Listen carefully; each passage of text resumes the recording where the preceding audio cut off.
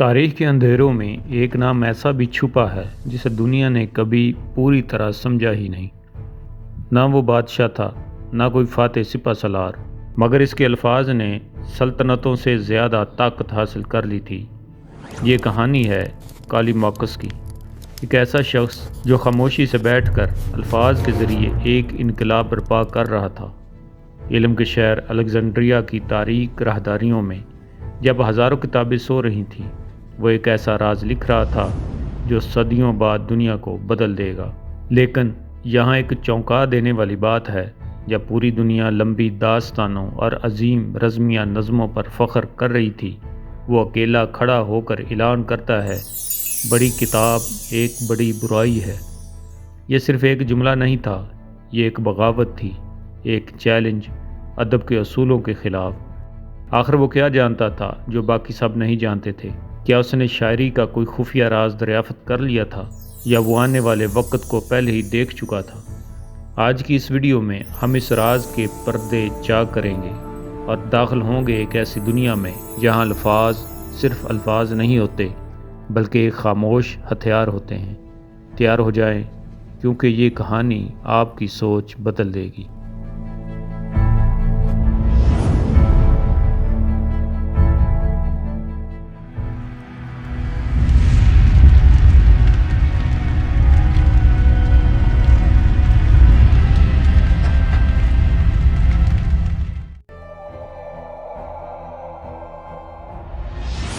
Athens کی سیاسی اہمیت معدوم ہونے کے بعد بھی وہ اگرچہ علم و فن کا مرکز تھا، مگر تیسری صدی قبل المسیح میں اسکندریہ کا بطلیموس دربار اور مشہور زمانہ متحف صاحب ذوق لوگوں کے لیے باعث پرکشش بن گئے تھے۔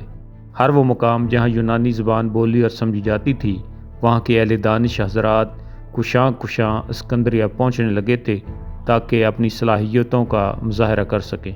بیشتر لوگ سسلی کے شہر سیراکیوز سے یہاں پہنچے، ان میں تھیوکرائٹس سب سے اہم تھا۔ کچھ لوگ ایشیا کوچک سے بھی، جبکہ ایک اور اہم شخصیت کالی مارکس لیبیا کے سیرین سے یہاں پہنچے۔ آج کالی مارکس کو ہم اسکندریہ میں تیسری صدی قبل مسیح کا مصروف شاعر مانتے ہیں۔ وہ اپنا سلسلہ نسب بیٹس سے ملاتا ہے جو سیرین شہر کا بانی تھا۔ اس نے اپنی ملازمت کا آغاز اسکندریہ کے قریب ایلیوسس کے شہر میں ایک اسکول ماسٹر کی حیثیت سے کیا، مگر جلد ہی وہ اپنی تصنیفات کی وجہ سے لوگوں کی توجہ کا مرکز بن گیا۔ انجام کار اسے اسکندریہ کے مشہور زمانہ کتب خانہ کا لائبریرین مقرر کیا گیا، جہاں اس نے اگلے 20 سال تک انتہائی قابلیت کے ساتھ آئندہ نسلوں کے فائدے کے لیے کتب خانے کی خدمت کی۔ اس کا انتقال 240 قبل مسیح میں اسکندریہ ہی میں ہوا۔ کالی مارکس اپنی اعلیٰ درجہ کی قابلیت، وسعت علمی اور بلند پایہ ادبی صلاحیت کے لیے علماء اسکندریہ میں منفرد مقام رکھتا ہے۔ کتب خانہ اسکندریہ سے وابستہ ہونے کی وجہ سے اسے قدیم کلاسیکی کتابوں کے مطالعہ کا موقع ملا۔ اس مطالعہ نے اسے شاعری کی تحریک دی۔ اس کی تخلیقات شگفتگی، شائستگی، شوخی اظہار اور اس کی بے پناہ اختراعی صلاحیتوں کا مظہر ہیں۔ وہ مختصر اور شگفتہ نظموں کے لیے مشہور تھا، تاہم اس نے اپنی قابلیت ثابت کرنے کے لیے ایک طویل نظم ہیکل بھی لکھی تھی۔ حالانکہ وہ اکثر کہا کرتا تھا کہ ایک بڑی کتاب ایک بڑی برائی ہے۔ کالی مارکس ایک بسیار نویس تھا۔ کہا جاتا ہے کہ اس نے نثر و نظم میں تقریباً 800 تخلیقی نمونے یادگار چھوڑے۔ زمانہ کی دستبرد سے اس کا کوئی شاہکار آج محفوظ نہیں رہا، البتہ چند حمدیہ گیت، منظوم اقوال اور مرثیے ملتے ہیں۔ اگرچہ اس کی اکثر تخلیقات وقت کی نظر ہو گئی، لیکن اس کے کچھ حمدیہ گیت، منظوم اقوال اور مرثیے آج بھی محفوظ ہیں۔ لائبریری آف الیگزینڈریا میں کام کرتے ہوئے اس نے کتابوں کی ایک عظیم فہرست یا کیٹالاگ تیار کی، جسے پیناکس کہا جاتا ہے۔ یہ انسانی تاریخ کی پہلی باقاعدہ لائبریری کیٹالاگ مانی جاتی ہے۔ اس کے علاوہ کالی مارکس نہ صرف شاعر تھا بلکہ ایک ادبی نقاد بھی تھا۔ اس نے شاعری میں ایک نیا انداز متعارف کروایا، جیسا کہ اس نے مختصر اور جامع شاعری کو ترجیح دی، شاعری میں باریک، خوبصورت اور علمی الفاظ کا استعمال کیا اور لمبی رزمیہ نظموں یا پکس سے اجتناب کیا۔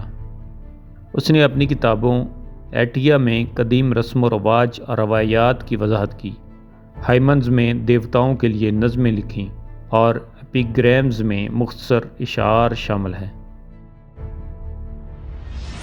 کالیماکس نے بہت سے شاگردوں کو تعلیم دی اور ادب میں تنقیدی اصول قائم کیے۔ اس کا ماننا تھا کہ شاعری میں معیار مقدار سے زیادہ اہم ہے۔ کالیماکس کے نظریات نے بعد کے شاعروں پر گہرا اثر ڈالا، خاص طور پر رومی شعراء جیسے ورجل اور اووڈ نے اس کے اسلوب کو اپنایا اور آگے بڑھایا۔